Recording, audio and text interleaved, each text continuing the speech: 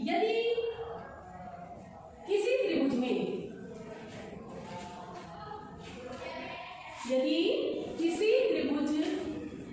की दो भुजाएं बराबर हो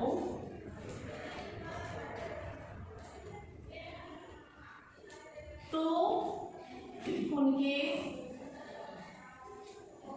समकोण भी बराबर होते हैं।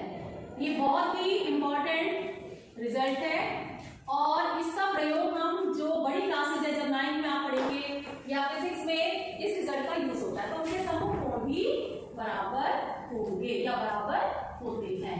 देखिए कैसे करेंगे, इसको हमें सिद्ध करना है। क्या कह रहा है? किसी त्रिभुज की, तो सबसे पहले हम त्रिभुज बनाएंगे, प्रश्न पढ़ते चलेंगे और चित्र बनाते चलेंगे। किसी त्रिभुज में, ये त्रिभुज हो गया, त्रिभुज का हमने नाम रख दिया ABC।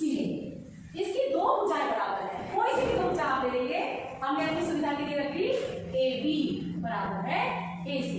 तो दिया है, क्या दिया है? AB बराबर AC। अब हमें सिद्ध करना है कि समकोण भी बराबर होंगे। AB भुजा के सामने बिंदु C आया है, यानी बिंदु C पर बनने वाला कोण बराबर होगा AC भुजा के सामने कौन सा कोण आ रहा है? बिंदु पर, तो कोण C बराबर कोण B के, या इसका पूरा प्रॉपर नाम रखेंगे, कोण ACB बराबर है कोण ABCD। तो सिद्ध करना है, हमें सिद्ध करना है कोण ABC बराबर कोण ACB। आप मत बोलिए।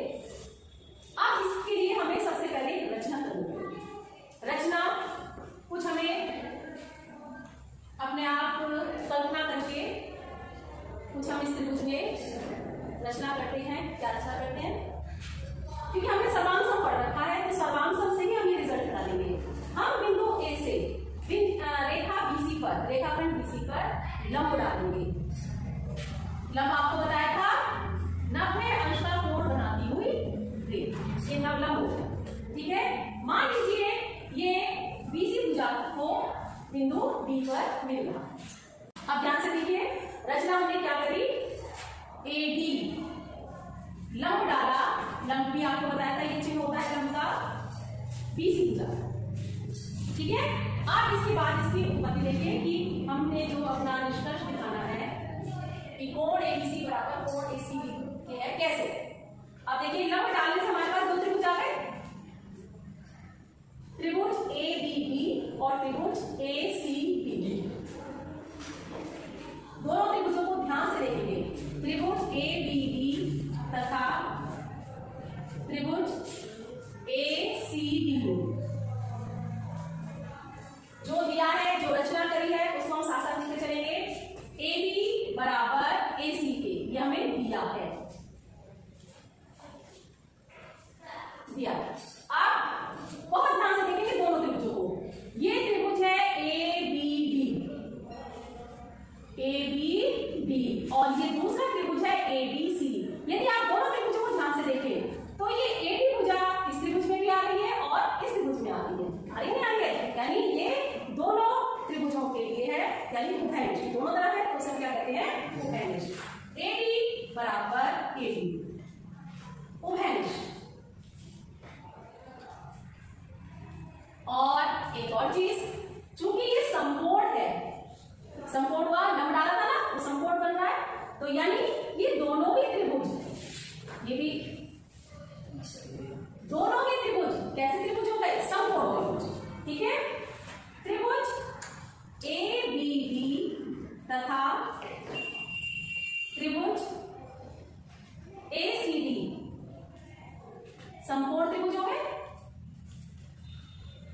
समकोण त्रिभुज है। इसलिए जो आपको 5 दशाएं बताई थी, एक बार फिर से कर लेते हैं। SSS, SAS, ASA, AAS और RHS। तो जो आपको मैंने बताया था, यदि समकोण त्रिभुज है तो सबसे पहले आप इसको देखेंगे, यानी समकोण त्रिभुज, कर्ण और भुजा। फटाफट देखिए, ये कर्ण है, कर्ण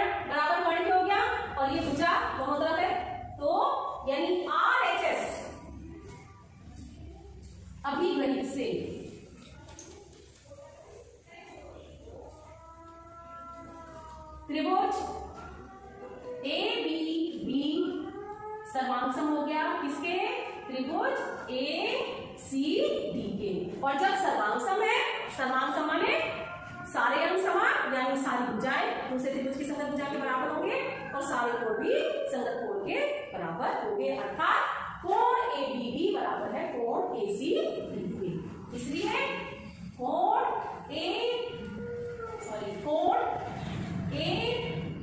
बी पी बराबर है कोण ए सी डी।